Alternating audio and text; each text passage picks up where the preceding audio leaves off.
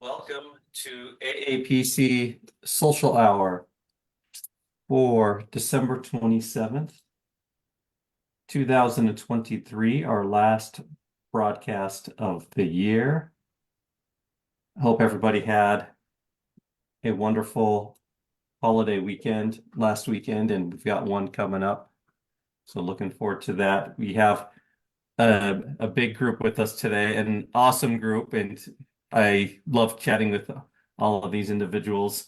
And we have they are from our board of directors, the AAPCCA board of directors, chaired by Brenda Stevens. Hey, Brenda, Hello. how are you? I am well. Thank you for Wonderful. asking. How are things out in East Maryland today? Well, little warm for this time of the year for us, but it's a little rainy today too. Okay. All right. Mhm. And on the other end of the spectrum, Julia, of course, we are always just jealous of Hawaii. Well, so I was talking to my kids, Julia, because I grew up a little bit in Guam, Right. and that's where my first memories were formed. And I tell them about how Christmas morning for me was like in your shorts and running outside and no snow or no coldness, and that's the life that you live. Pretty much, pretty much. I mean, it's a little bit colder right now. We do have a little bit of snow up on the mountain, Oh, but wow. yeah. So it has been like at night, down in the upper 50s, lower 60s, but um it was raining the whole week before Christmas. As soon as Christmas Eve and Christmas Day came, it was blue and sunny. So yeah, we headed down to the beach, went swimming for a while. But yeah, that's what it's like in Hawaii for sure. Well, Denise has like a it's like it looks like Hawaii, but with a hurricane in the background, Denise. What's going on there?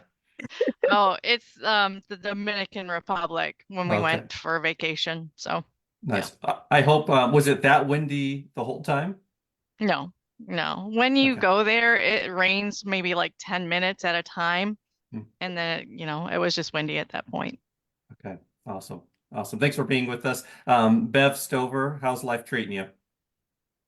Hey Alex, good to be back here. It's pretty good. Got through Christmas, got to get through New Year now. We're all ready here in the East. Yeah. Yeah. Awesome. And how far are you from Brenda? Because What? Virginia and Maryland are neighbors, right? We're what, about 4 hours apart, Brenda? I By want to say car? more like five and a half. Five. Uh-huh. Okay. Okay. Okay. It's a drive. Yeah, it is. Quicker to take Okay. a quick airplane ride. There you go. That's There you right. go. That's right. Chanel, remind me where you're at. I'm in Stone Mountain, Georgia, which is not far from Atlanta, Georgia.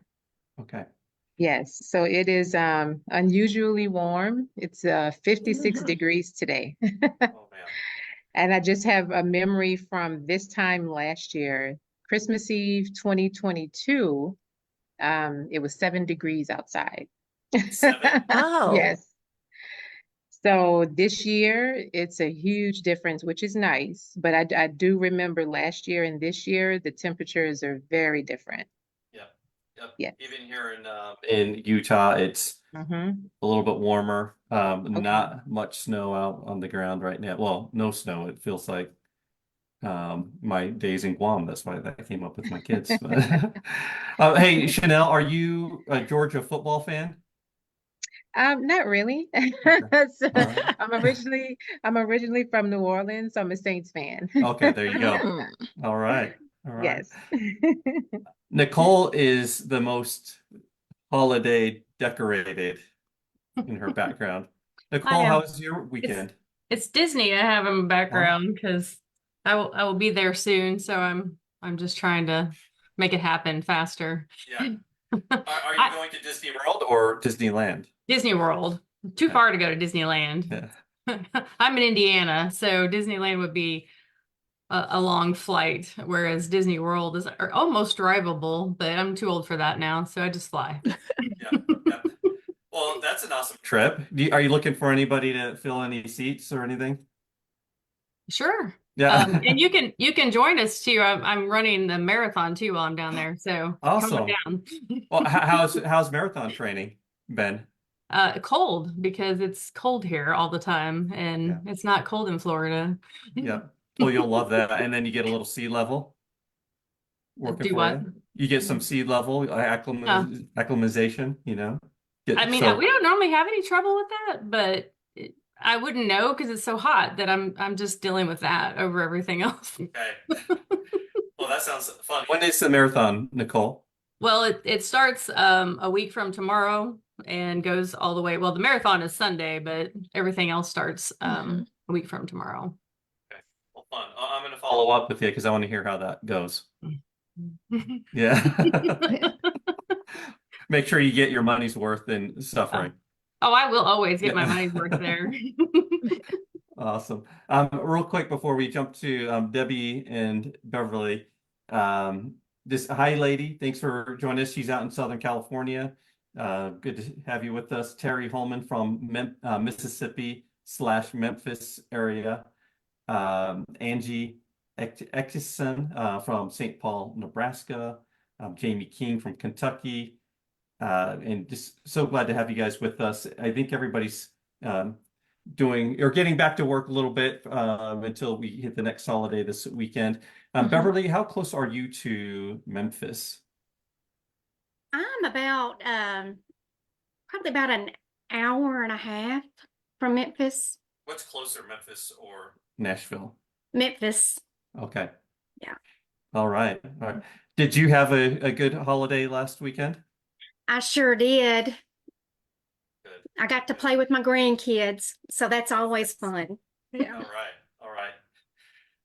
My kids are getting a little older now, and I miss the younger, the magic of Yes. Christmas morning a little bit. And now it's a lot of clothes and those sorts of Money. things. It's still fun, but and money.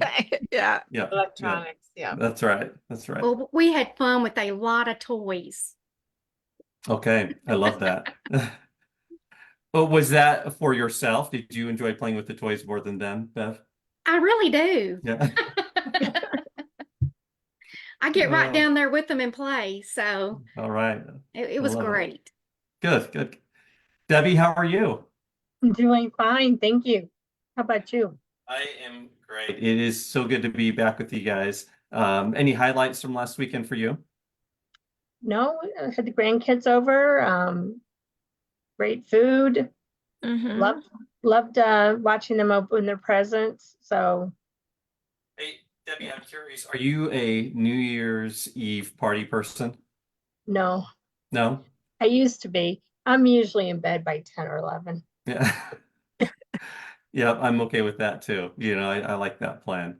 I'm not sure what we have going on, but Christine Hall, who is joining us to talk about Revcon, I'm curious to hear about your New Year's Eve plans. What do you have going on this weekend? So we're going to head over to a party in Delray Beach, Florida, and downtown. So we're going to see the ball drop from Oceanside. Awesome. They have their own ball drop down there. Yeah. Okay, cool. Well, that'll be fun. And it'll be warm. It's really warm today. We're close to 80, so we're 78 degrees down here in sunny South Florida, and Wow. but humidity, whew, Brenda, the humidity, South has no mercy. Is anyone in this group here with me right now? I'm looking at you, BOD and Christine. Who's off for this week? Who's joining us during their vacation time? Anybody? Or is everybody working through? Yeah, Julia. Julia's the only one. I'm off. Yeah. We had to Debbie prepare. too. Yeah. Oh, Debbie? Mhm. We had to Nice. prepare for New Year's. New Year's is a huge thing over here in Hawaii because of the Chinese influence. So, fireworks stands opened up yesterday, and there's fireworks all over all the islands, for the next until New Year's is over. So we got Wow. Okay. So do you guys do the firework thing too, Julia? You and your family? Yeah, so my husband, we have a huge, Hawaiian family over here, and so we all gather up at my sister-in-law's house. There's probably and this is just immediate family. There's probably about 50 to 70 of us, and we just go up there, have a nice potluck, and then just start shooting fireworks, and it lasts for hours. Oh boy. It's fun for the first little bit and then Yeah, and then it yeah, gets old. I hear you. Well, awesome. Well, Christine, you're here to talk to us a little bit about Revcon. We have had over the last 3 or 4 years more virtual conferences, exclusive Mhm. virtual conference pop up. Revcon being one of them. I think this might be the third year, more or less, of Revcon. Tell us a little bit about what makes Revcon different, Christine. What's it all about? Well, this is the second year that we've had Revcon, Okay. and we're so excited, though. I'll be honest with you, that's something that a lot of coders often get kind of thrown into the role of biller as well. And so even though you might just be a coder, you might find yourself also having to deal with some of those revenue cycle problems. And what I love about Revcon is that we look at it from the private practice or the pro fee side. We look at revenue from the value-based reimbursement side. We look at it from even the facility side. And we're going to be giving a lot of solutions this year during our Revcon to those coders, billers, auditors, anyone who's in this business of medicine area. We're going to be providing them with a lot of solutions. So there's even a couple of panels that we're going to have open during Revcon. Stephanie Sogren and myself, we're going to be presenting how to communicate with the payer through the 1500 form, which is a really big thing if you think about it. That's the only thing that the payer ever sees. They don't really get the documentation. So how can we make that communication powerful to avoid those pesky denials or that investigation that drives us crazy? Why did they not pay this, right? So maybe we can communicate that better. So I'm really looking forward to a lot of the sessions and the speakers this year at Revcon. Now, Revcon is on February 6th and 7th of next year, which is a week away. Next year's a week away, but so February 6th and 7th. And you can register at the link that I'm going to drop in the comments. And let's see here. Christine, I don't know if you know this detail, but if someone cannot attend during the live conference, it is virtual, but if you can't be there live, can they watch this on demand? Will it be available later? Well, that's a really good question. I'm not sure. However, I know that those that do attend will have access to the recordings afterwards. I don't know if it can be purchased as an on-demand. Okay. So that's something I'll look into and get back to you with. Okay. I'm going to send a message out right now to my Revcon contact here at the national office, and maybe we can get some information on the fly right now. Now, Christine, what if this is I'm a new coder, trying to get my feet wet into this space? Would this be over my head? I don't think it would be over your head at all, because like I said, we are going to discuss, how these claims, how the codes, how they affect the overall process of reimbursement. So I think even the newest coder out there is going to get a lot from attending Revcon. We do have some introductory sessions. We have some intermediate sessions. And the way that it was coordinated this year, I think that we build upon that. So the longer that you attend Revcon, the more knowledge you're going to receive. Okay, awesome. I just asked my contact. I don't know if they are there right now, but we will find out. How about networking? Because networking is such a huge part of what we do and what makes our conferences so amazing.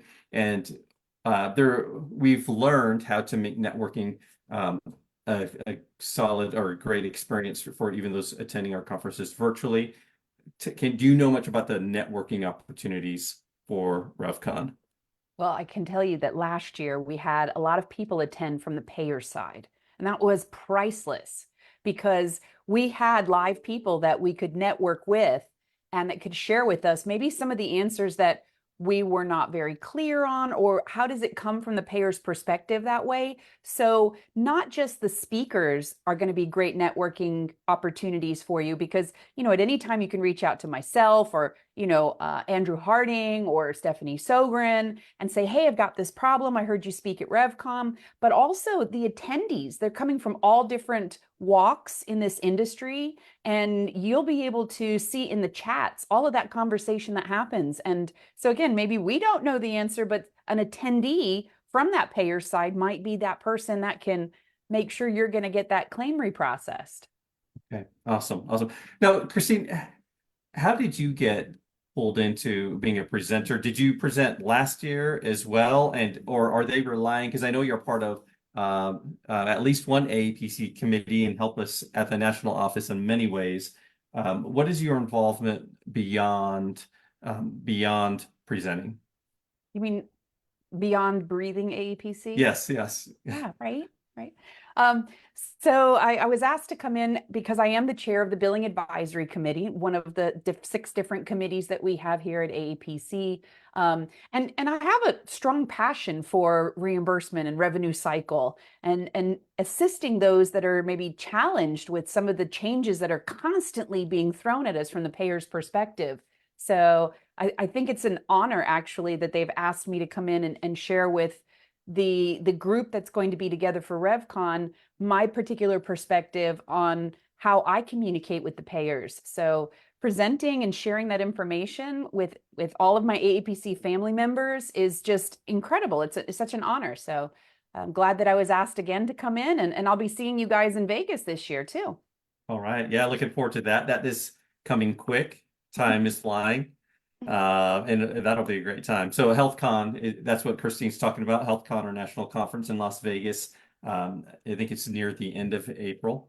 And my contact at the national office says, yes, they believe that you will be able to watch it on demand if you register and don't see it live, but CEUs not be available unless you watch it live.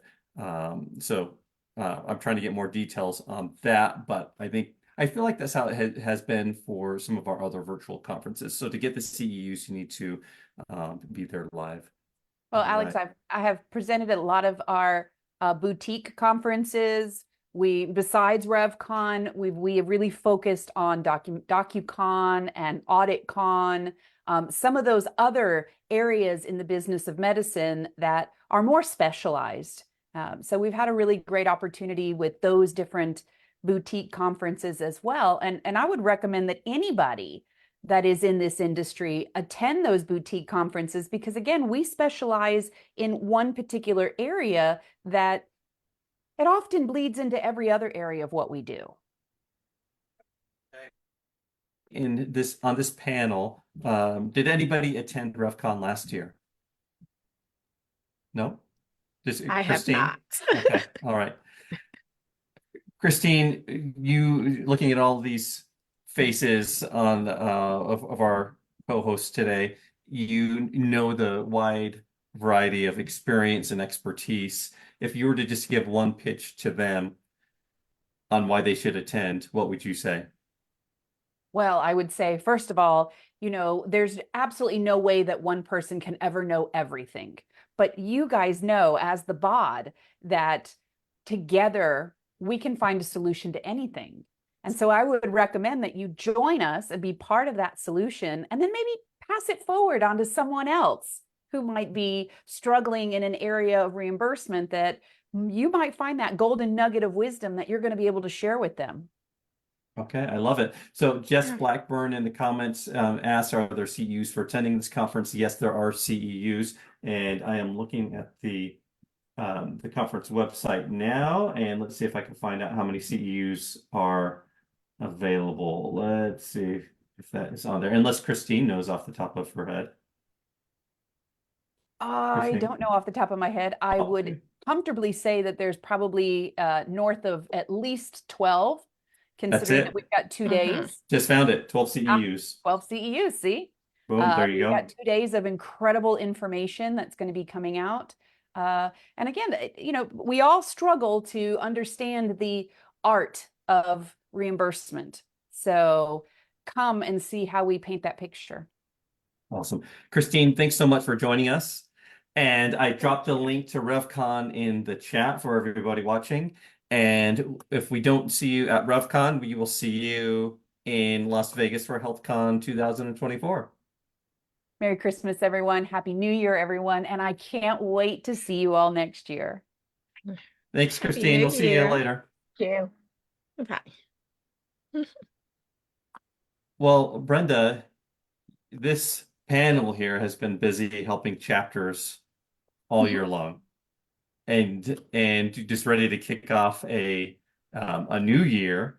So I'm going to put you on the spot. Okay. Can you guys and we'll just let Brenda lead this. Would you share what are some highlights from last year, or I'm saying last year in 2023, and what kind of things are you hoping to accomplish in 2024? Well, we're just hoping to accomplish more camaraderie with officers and members. And one big kickoff that we did this year was the core program, which was the Chapter Officer Rewards Program. And that has gone off really, really well, just encouraging, just incentives for chapter officers, which would encourage, I would say, members to be officers as well.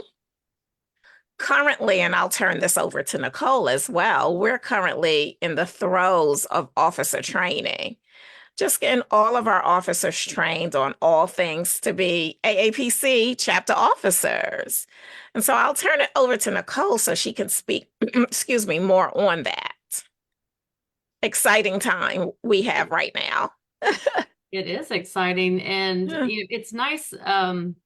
It's our way of supporting, especially new officers, because a lot of people don't know where to start or where to go when they become an officer. So for those that are considering it, if you're new to your local chapter and you're thinking, oh, maybe I could do that, you have support. That's what we're here for. So we start the year off with training to teach you how to, hopefully, everything you need to know to be an officer. I mean, there's always things that come up and things that happen or something unusual, but we're also still here all year long just for that purpose.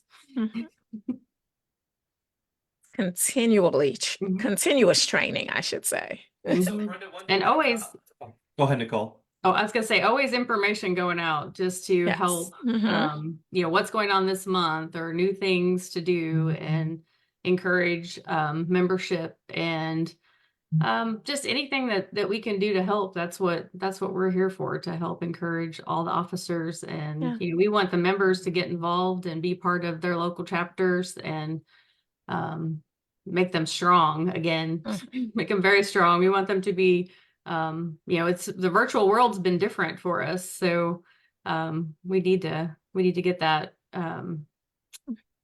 networking. I was like, what are we doing here? Networking. Get networking in there. It's been a long week and it's only Wednesday. Well, I've noticed I agree.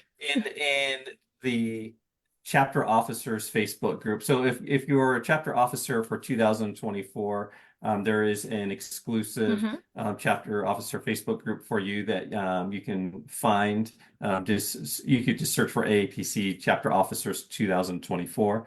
That's a great place to network. But when I look at that, and even in the 2023 group, I see so many amazing pictures of it's almost I don't want to say a revitalization of what's happening in chapters, people coming together again, and I feel like we're hitting our groove post-pandemic. Yes, I agree. All right. I do agree. Those in-person meetings, those pictures, they're just wonderful to see. Yeah. And Brenda, one thing that you said that really that caught my attention was trying to encourage chapter members to be chapter officers. Yeah. Would you share what is the benefit of that? Why should someone step into chapter leadership? Just for that, just to be a leader of your chapter and to lead, and as Christine said earlier, paying it forward.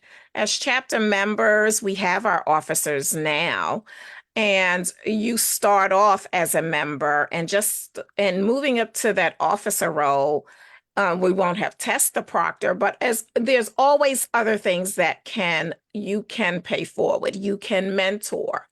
Not that you need to be a chapter officer to mentor, but actually that could be a good starting point as well. And just being that leader for that growth and to encourage new ideas. You may come in with fresh new ideas, fresh new speaking ideas, or even activities for your chapter. Has everybody on this call been a chapter officer? Is that a requirement to be a Yes. member of the BOD? Yes. Okay. Yes. Mhm. Chanel, I'm looking at you. Tell me a little bit about your experience as a local chapter officer. Why did you take that step? And the leadership, how have leadership opportunities through AAPC helped you in your career? Oh, it's been wonderful. Again, just like Brenda mentioned, you start off as a member. I attended chapter meetings and new to the chapter, attended the chapter meeting and instantly felt welcome and excited to be there. And that's continued on to me to volunteer. And then I said, okay, well, 1 year, let's go ahead and try and let's do the officer route. So I was vice president 1 year and then eventually became president of my chapter last year. But it's just a vast difference in being involved in the chapter beyond just being a member. It gave me a chance to really take a deeper dive into being involved and bringing fresh and new ideas to the chapter. So it was nice having that role to step up. And it all started from being a member and then a volunteer.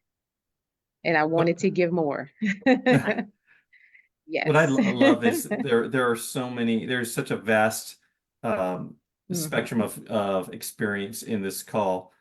And I'm looking at Bev Stover, who I think, Beverly, you might be the greenest coder of this group.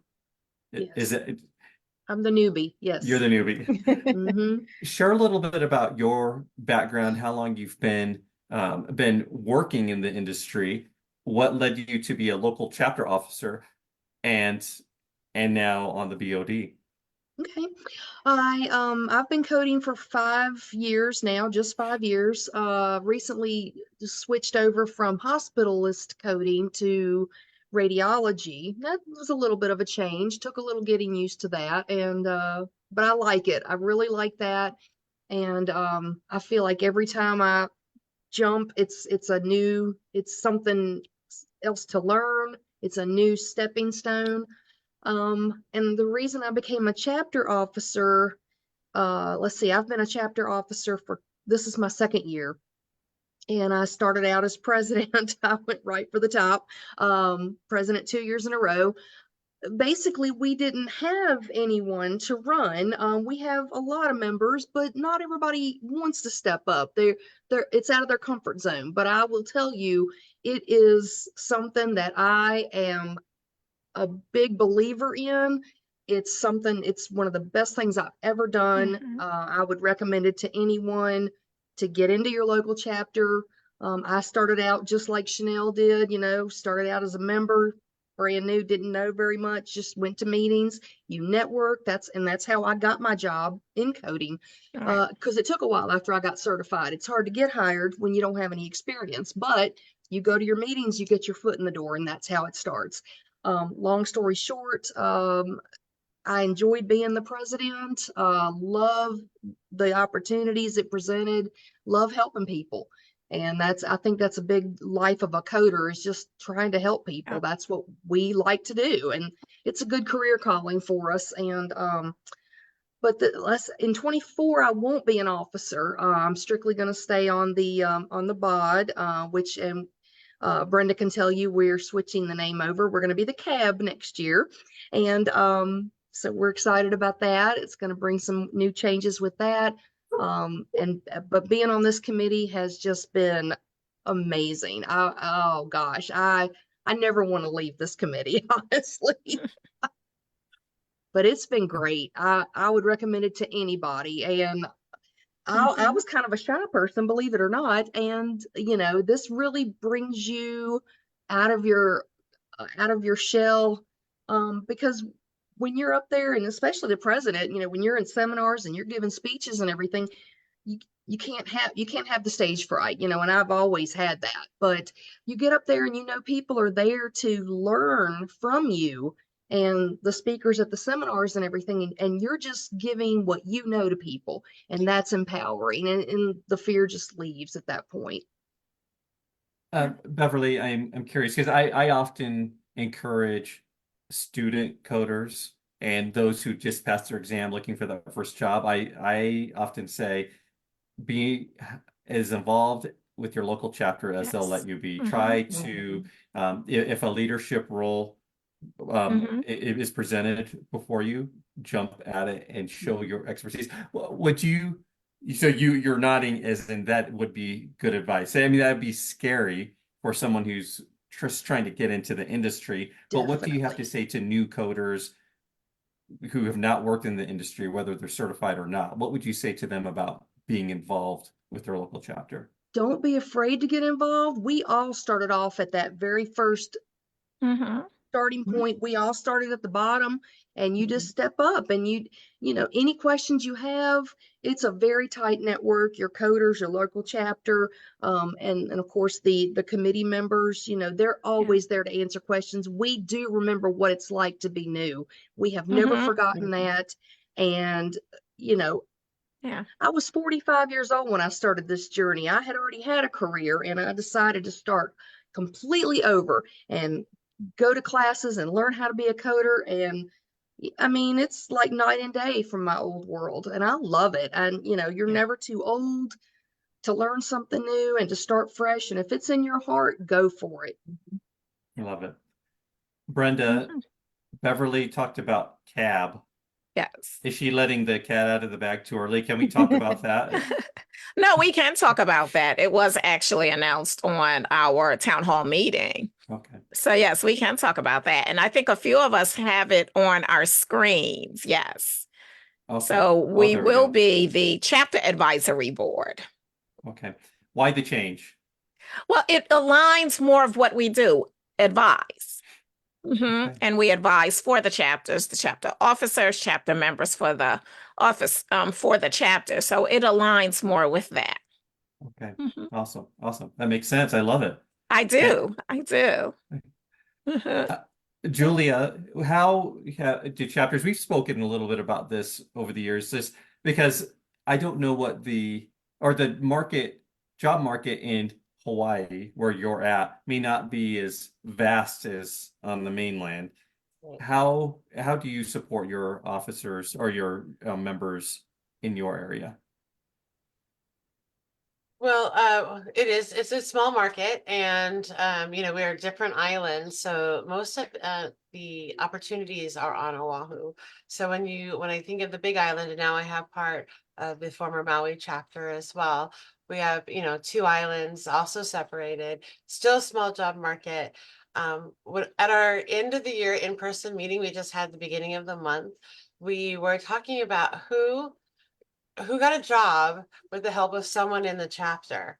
And for 2023, there is about 8 of us, which is a big number for us, that we were able to help each other find positions. Most of the jobs here would be either we have 3 hospitals on our island and 2 FQHCs, federally qualified healthcare centers. So that's where the majority of the coding jobs are on the island. And to be able to help chapter members who are, you know, fresh coders, and we're talking, you know, CPCAs, COCAs, and get them jobs, you know, right off the bat, but not, you know, a few months compared to several months, because you can read on the Facebook pages that some people have been applying for years, right? And then when you think of it that way and they still haven't found a job, it's because they're not networking, right? They're just sending out their resumes. They need to get involved with their chapter, really get to know the other members and you know, where they work and what opportunities are available, whether in-state. Hawaii's finally opening up to remote opportunities as well. But without that networking piece, and then of course, you know, I always say, get on LinkedIn, right? Create your page on LinkedIn and follow those medical coding companies and involve yourself and communicate, right? If you're just Yep. being passive about trying to find a position in this industry, then you're not going to get that job, right? You need to be active, you need to be vocal, and you really need to be part of your, your local chapter and AAP, because there's so many opportunities out there. That tenacity that our students have after passing their exam needs to continue to get that first job. And Julia, I know, we recently, you're helping me out with some social media stuff, and you're talking about how your team is like East Coast time, because you were up like at 3 a.m. It felt like it was like super early.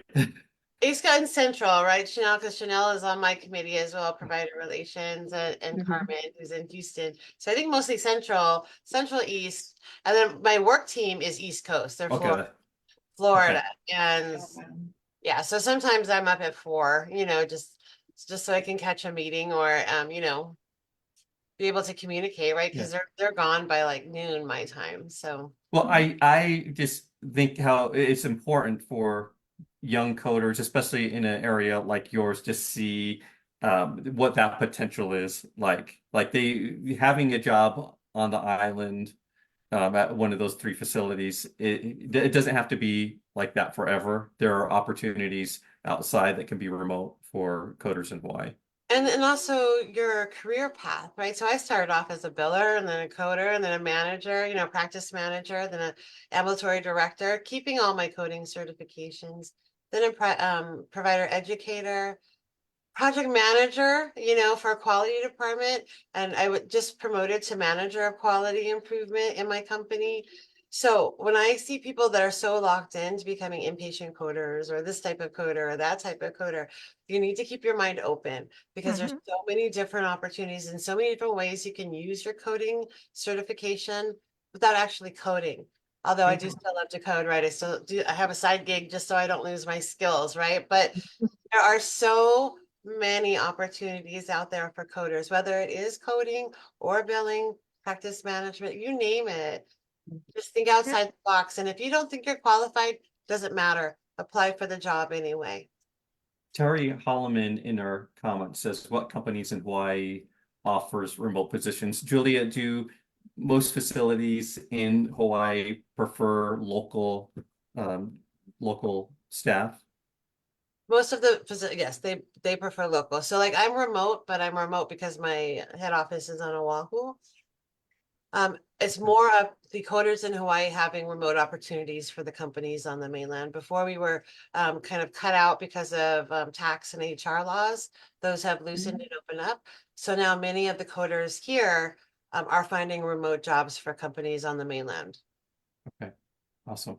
Thanks for sharing that, Julie. You have a unique situation in your local chapter. Debbie, how about you in your neck of the woods? What is it like? What unique challenges does your chapter and your coders in your area face? Well, I pretty much agree with Julia. I live in Rockford, Illinois. So we have different areas that we can search for in Wisconsin, Michigan, Indiana. So these are areas in our area, but I do agree, just being able to get out there and network. And I will tell, I'm in the teaching world, so I will tell my students, this is, you need to do this. You need to get out and attend your chapter meetings. Look for networking opportunities. I even promote HealthCon, because a few of my positions, I was able to attend HealthCon and actually reach out to some of those opportunities just by networking. And, just the importance of being able to go even to this different DocuSigns and things like that, just telling people about the different opportunities, not to stay in one place, not just to say, I want to be a coder, but to be able to branch out. And then when students will say, well, do you think I should get the CRC or CPMA and things like this? I tell them to go whatever you can. It always looks good.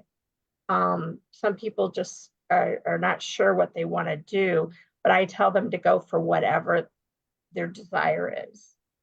So they have an opportunity to, the more they can get on the resume, the better the opportunities they're going to have. Okay. And so you're pretty much strictly education at this point, Debbie? Yes. Okay. I teach for a remote for a school in Florida. Okay. You know, we talk about that often during social hour, just how there are so many paths to take. So if you're a student coder and or just newly certified, I forget who said that in here, but this, oh, it was Julie just saying, be open to the different paths you can take. Don't pigeonhole yourself into one idea. I need to be facility coder or pro-fee coder. Like this, be open to all of the possibilities out there. Right. Beverly Johnson.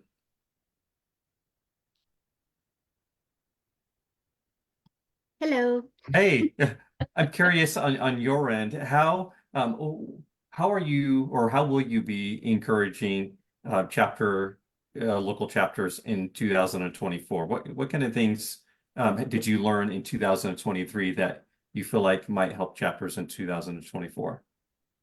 I just think putting yourself out there, get out there, be involved, and the rest will come. I mean, just put yourself out there. Yeah. Yeah. I have to confess, you guys, I'm not an extrovert. I'm not an introvert. I kind of fall in between the middle there, and I don't sometimes it's hard for me to put myself out there. And I have before these calls, I got to pump myself up. And then sometimes afterwards, I need to go into I need to quiet time to recharge. Denise, I feel like you may be a little bit like that. How have you, because you've been in local chapter leadership and now national leadership with AAPC, how have you stepped forward into places that may be uncomfortable for you? So I started out at my local chapter. I was attending meetings like everyone else, and our chapter was going to close if we didn't get officers. So I volunteered, never knowing what I was going to gain out of doing that, both professionally and personally. So I worked my way up. You know, I started as a biller, then as a coder, took the compliance, took the auditing. So now I wear many different hats and I'm a medical billing manager now. So, you know, you just grow and there's no limit. The knowledge, keep learning, keep going. Don't stop. Don't take no for an answer. Yeah, I love that. And have you has it been hard to step into those unknown situations at times? Oh, I mean, it's scary, but you have to have faith. You know, you're in it for a reason. And I feel that you're guided that way. So just follow it. Yeah, I love that. Nicole, how about you? Tell us about what you hope for in 2024. What have you learned as a chapter officer in 2023, and how will that knowledge help chapters in 2024? Oh gosh, I've been involved with my local chapter for so long that sometimes I'm thinking there's nothing else I can do differently, but then I meet people and learn some new trick or something different, and I'm try to send that back. I'm not going to be an officer this coming year, which I'm sad but relieved at the same time because it's a lot when you're doing other things. So being on the cab and being an officer is a lot of work in the two pieces together. But I've been an officer a lot. So my goal was to get new people, to get new faces and ideas, because that's just you can only see the same person so many times over a period, a few years, and you get kind of tired of seeing them all the time.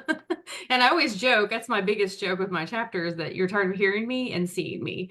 I need new people. I need new ideas. I need someone else to lead us into a direction that's better than where we're at now, whatever that direction is. And, not that there's anything wrong with what we've been doing, but there's always something better to do next time. There's always a way to improve upon what you're already doing. So I have a group of people who are taking that role on and they're serious about it. And I'm super excited for them because they're all somewhat new into coding and into a leadership type role. So I expect great things out of them for this year, especially with the option of doing seminars. We used to do seminars a lot years ago. It became a lot of work to do that. And we had a few things that came into our town locally that were supported by our health system that kind of took precedent over our seminars. So we kind of stopped doing them, and I'm excited to be doing them again and have a lot more support. So even though I'm not involved, I'm going to be in the background pushing and helping because I can't not be involved in some way. I started my chapter, so I just can't walk away from it. I have to stay involved. And I enjoy it. I just enjoy it. I enjoy the networking. I can't say that enough. Like all the people I have met over the 20 something years I've been a coder has been just crazy. Like I just can't. I see people now and I just think, wow, I knew you when you were a coder 20 years ago and you're still a coder and you're still, they're doing other things. They may not just be coding. They may be doing other things. Like I started out coding and now I do audit and compliance. So, it's not even the same thing as I was doing. So it's just nice to watch those people, but I'm just excited. I don't even know what this year is going to bring for my chapter with so many new people involved and their ideas they already have set up. And, we've already talked about a seminar, what we're going to do for this year, and maybe getting with other chapters that are nearby and having a seminar together at some point too, just for fun, just because we can. And we wanted to do it for a long time and haven't done it. So just trying to get everybody motivated. It sounds like they need to change your chapter name to the Nicole Snyder chapter of Indiana. No. I'm going to jump to a student question that we have in the chat. Terry Holloman asks, is it possible that I can take a CIC and CP course at the same time? You could study for as many courses as you'd like at the same time, Terry, but I don't think that is advisable. I think you need to. Yeah. I would say no, don't do it. Don't do it. Take one at a time, especially because CIC is so different.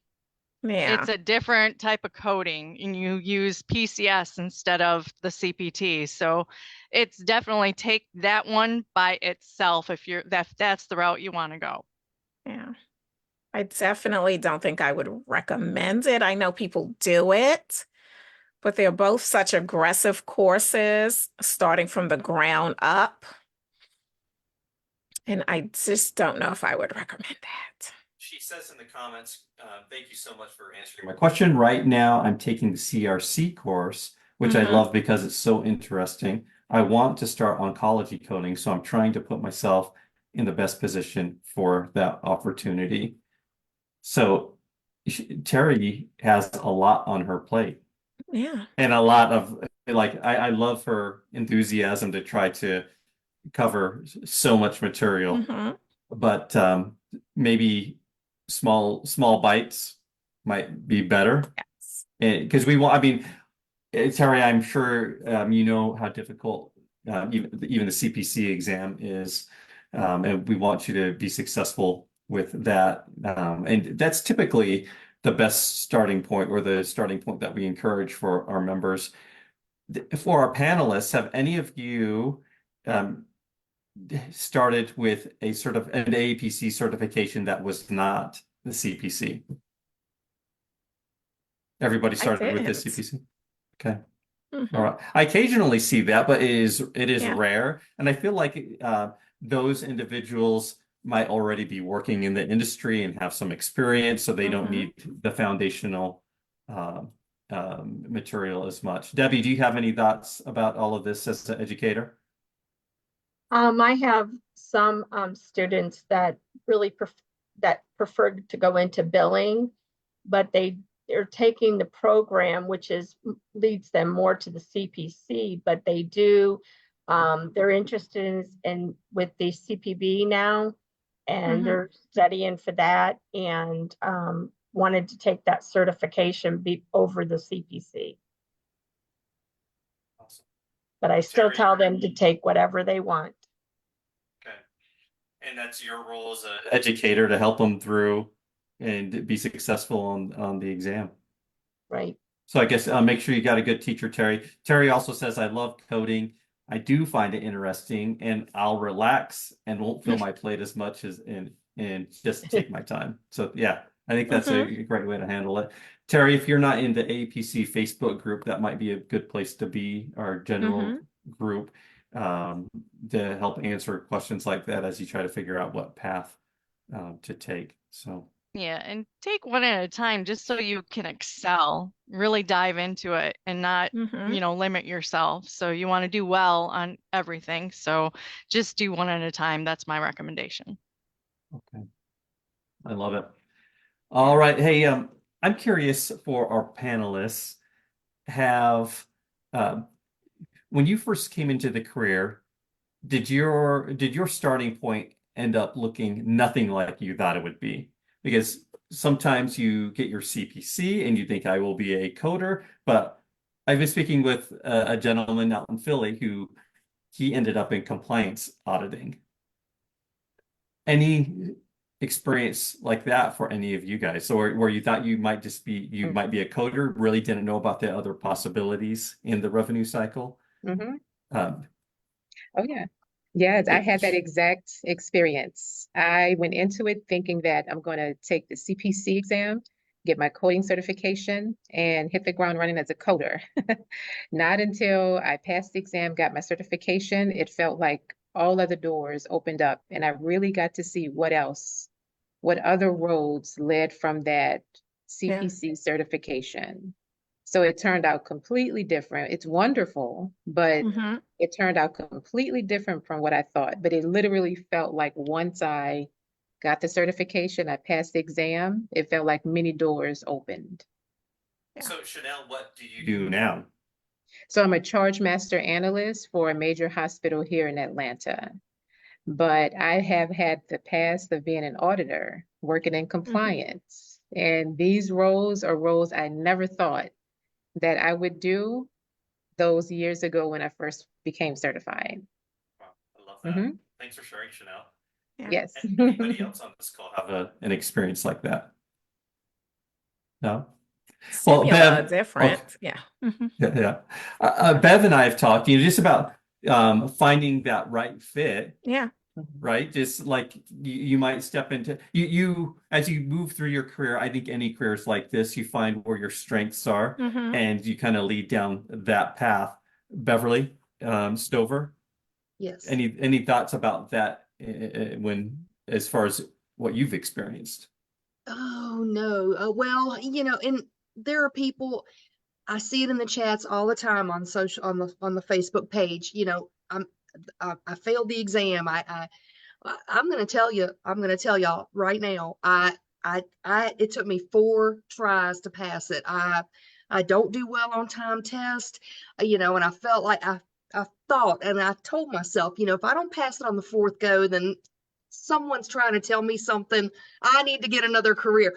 But, I passed it on the 4th try. And again, it took me 2 years after I got certified to find the job. So it's not always an easy path, but I'm just here to say, don't give up. Don't beat yourself up, because everybody's different. Everybody learns differently. And, even though I did stay on the course of coding, there is lots of ripple effects, and there's many different paths you can take with this. You don't have to stay in coding. So and there's instructor courses that AAPC offers it all, so you're not you're not ever locked in to one thing. But I did. I struggled in the beginning, but then, once I got my foot in the door, it helped, and I was able to soar. So. Thanks for sharing, Beverly. Mm-hmm. Okay, thanks. Hey, real quick, we're running out of time, but I want to answer or get to a few of the comments in here. I see Julia Manning comments as well. Thanks, Julia, for being in there. So Marilyn Torres Riviera asks, I'm hearing that remote testing can be cumbersome. Are we going to have more options to test in proctored centers in 2024? And Julia answered that perfectly in that we will have our exams available in measure testing centers across the country. So if you look up measure testing centers, wherever there is one of those, which there are many. In fact, I'd say there are more measure testing centers across the country than there are local chapters. Right. So I think there are more opportunities there. But with that, I have a beef of what I see in the Facebook group, guys. So I'm going to vent a little bit. But so one person who complains about an electronic exam in their home feels like 50 people. But there are far more people who are having amazing experiences with electronic exams in their homes or wherever. I was one of them. Yeah. Oh, you did that, Brenda? This year I took a remote exam, and honestly, it's not bad. Yeah. What I found sometimes is, you do need read every piece of email instructions that are sent to you. Yes. You need to so you can be prepared for the remote at-home test. Yes. You do need a external webcam. There are certain guidelines that you have to set up so they can see you while you're taking the test, just to preserve the integrity of the test. But it's all laid out in every single email that's sent from the AAPC. And check your spam, because it could end up in there. The attention to detail that is required to be a medical coder or work in this profession is required right out of the gate before you even take that exam. So you need to just eat up every message that we send you about preparing for your exam. And I see lots of hearts pop up here. So I think, and there was an example, it must have been last week, it was very recent. Someone complained about the exam.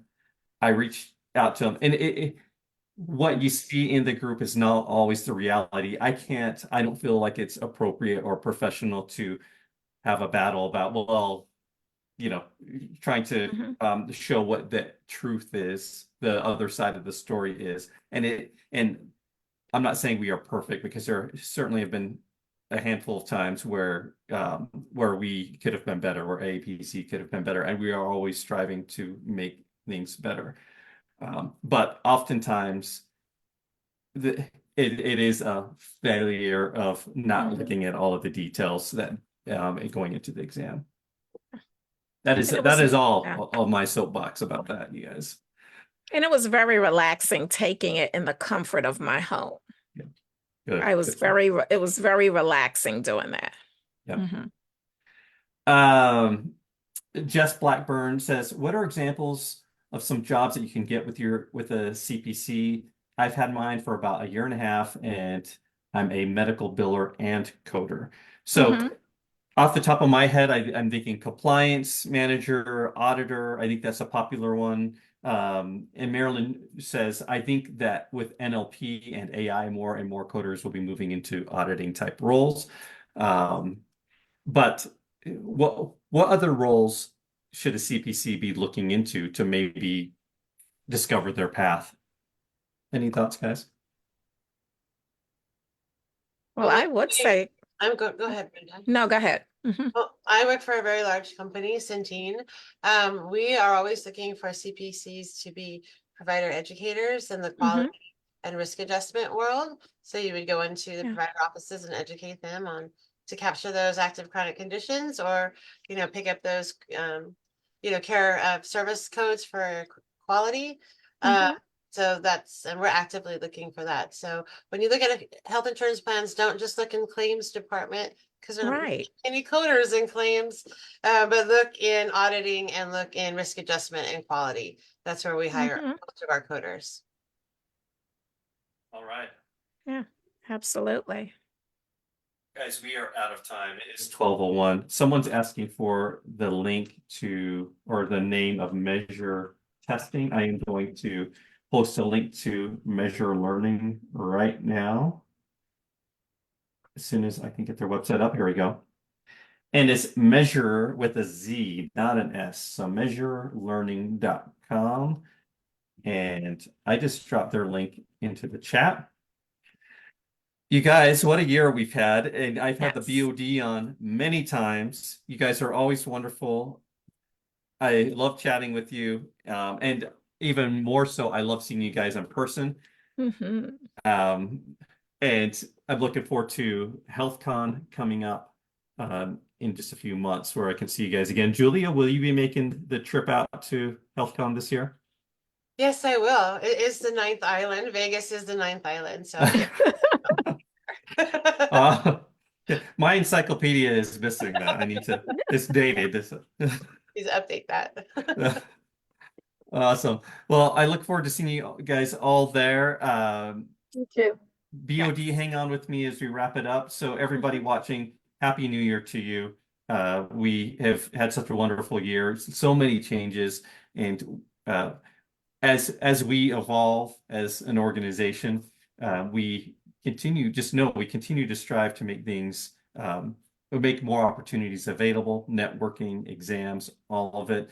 And sometimes as we step into new areas, it takes some little bit of smoothing out.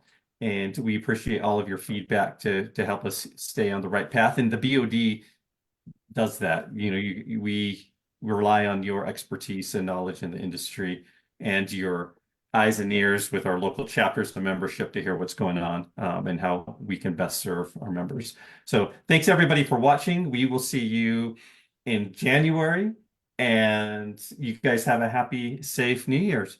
Bye, everybody. New Year. You too. Bye. Happy New Year. Happy New Year.